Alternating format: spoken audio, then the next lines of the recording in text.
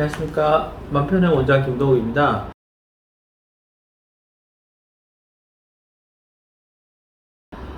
오늘은 그 아스퍼거 증후군에 대해서 얘기를 좀 해보도록 하겠습니다. 그래서 이게 제가 저번에 아스퍼거 증후군 관련 그 동영상 올렸는데 상당히 많은 분들이 와주셔가지고 제로서도 상당히 좀 당황스러운 어떤 그런 부분들이 있는 것 같습니다. 그래서 근데 사실은 좀 안타까운 부분들이 있긴 합니다. 그래서 왜 그러냐면 인간의 뇌 구조 자체가 좌뇌와 우뇌로 구성되어 있는데, 좌뇌는 왼쪽에는 확실히 논리적인 부분을 바탕으로 하는 부분들이고 남성적인 성향을 대표하는 부분들이 있습니다. 그리고 우뇌는 오른쪽 뇌고, 그리고 사회적 교감을 하고 정서적인 부분들에 대해서 이렇게 소통할 수 있는 어떤 그런 의미들을 가지고 있습니다. 그래서 여성적인 뇌이기도 하고요. 그래서 아무래도 사실 소통을 할 때 남성 같은 경우에는 좌뇌에서 논리적인 어떤 사고, 문제 해결에 초점을 둔 대화를 할 수밖에 없고, 여성 같은 경우에는 아무래도 거기에 반해서 어떤 감정적인, 정서적인 부분들의 영향을 좀 많이 볼 수 있는 부분들이 있는 것 같습니다. 그래서 아마 이 부분들은 단순히 제 개인적인 이론은 아니고요. 그래서 어떤 이론이든지 다 연결이 되어 있습니다. 그래서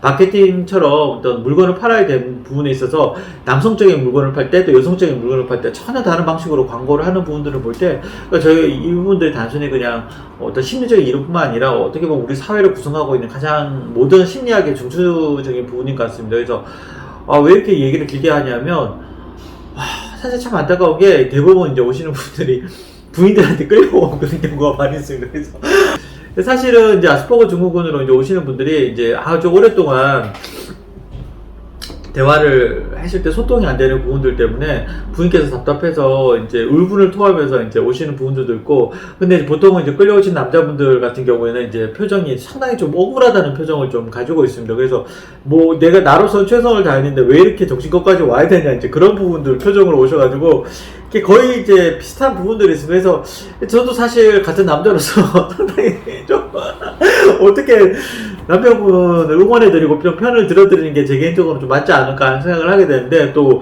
약간 그렇게 얘기를 하면 여기 오시는 부인께서 상당히 안 좋아하시더라고요. 그래서 누구 편을 들어야 될지 상당히 혼란스러울 때가 있습니다. 그래서 아마 그 사이에 이제 균형을 잡아가면서 제가 치료를 하고 있는데, 제가 오시는 분들에게 좀 부탁드릴 게 몇 가지가 좀 있어가지고 말씀을 좀 드립니다.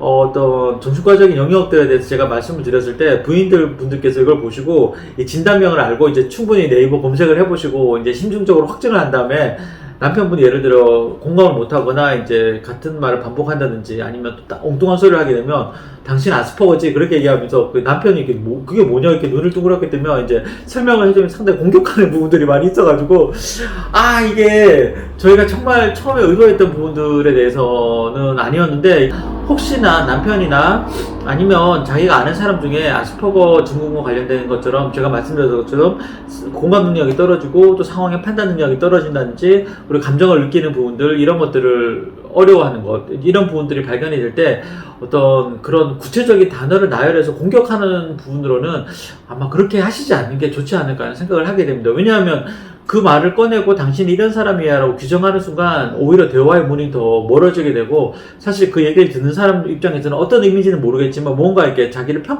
냉정하게 평가받는다는 느낌이 들면서 상당히 거리감이 많이 생긴다는 느낌이 듭니다. 그래서 아마 이 부분에 대해서는 조금 더 배려가 필요하지 않을까 하는 생각을 하게 됩니다. 그래서 특히 부부 사이에, 제 개인적으로 부부 사이에 가장 중요한 부분들이 어떤 서로 동등한 입장에서 의견을 교환하는, 그래서 문제를 같이 가정의 산적한 문제를 해결하는 관계가 필요한데, 어떤 그런 부분들에 있어서 조금은 좀 조율을 하는 게 필요하지 않을까 생각을 하게 됩니다. 서로 이제 쌓여있던 부분들에서 부인께서 주로 얘기를 많이 하시게 되고, 남편분 입장에서는 이제 뭔가 이렇게 죄책감이 시달리면서 이제 얼어있는 상황에서 그 얘기를 듣고 이제 조심스럽게 자기 얘기를 하면서 이제 치료를 하게 되는데, 아스퍼거 증후군이라고 이제 얘기를 할 때 명확하게 얘기 안 하셨으면 좋겠다고 부탁드렸던 이유 중에 하나가, 아스퍼거 증후군이 비슷한 양상이 있다고, 또 사실은 제가 볼 때 두 가지 타입이 있습니다. 그래서 어떤 형태가 있냐면 자폐에 가까운, 성향에 가까운, 실제로 진짜 아스퍼거적인 성향을 가진 분들이 있고요. 또 얘기를 하다 보면 이전에 받았던 트라우마로 인해서 어느 순간 한순간 성장이 멈춰버린 부분들이 있습니다. 그리고 특히 양육 과정에 있어서 충분한 케어를 받지 못했다든지, 아니면 어렸을 때 신경학적인 어떤 손상을 받았다든지 어떤 그런 부분이 있을 때 사실은 치료를 하면 효과가 상당히 괜찮은 부분들이 있습니다. 그래서 그분들 같은 경우에는 우리가 이제 종래 어떤 얘기했던 그 전형적인 아스퍼거 증후군이라고 보기 어려운 어떤 그런 형태의 자기애적인 성향이 있지만 화가 난 부분들 때문에 공감이 좀 안 되는 부분들이 있습니다. 그래서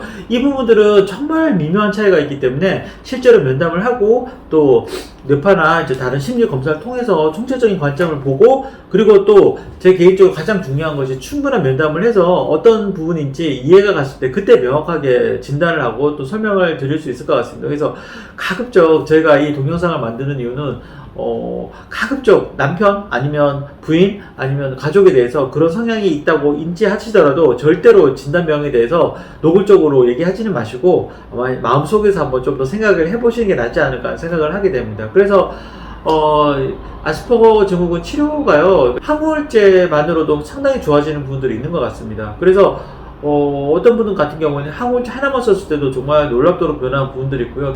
새로운 TMS가 있어가지고요. 그래서 아마 그 부분들을 치료를 해보신다 그러면 아마 좌뇌와 우뇌 사이에 그런 공감 능력의 차이로 인한 어려움들을 해소하는 데 좀 도움이 되지 않을까 하는 생각을 하게 됩니다.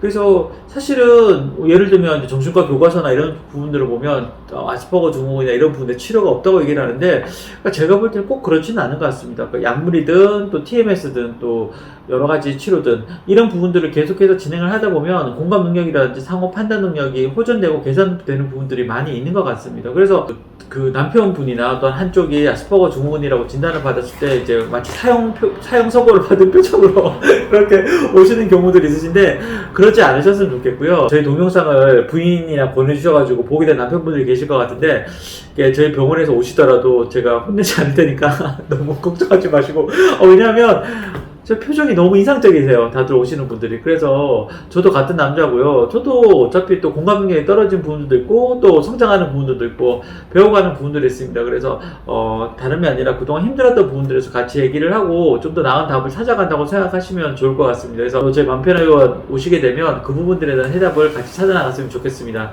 좋아요와 구독 꼭 눌러주시고요. 앞으로도 계속 시청 부탁드립니다. 감사합니다.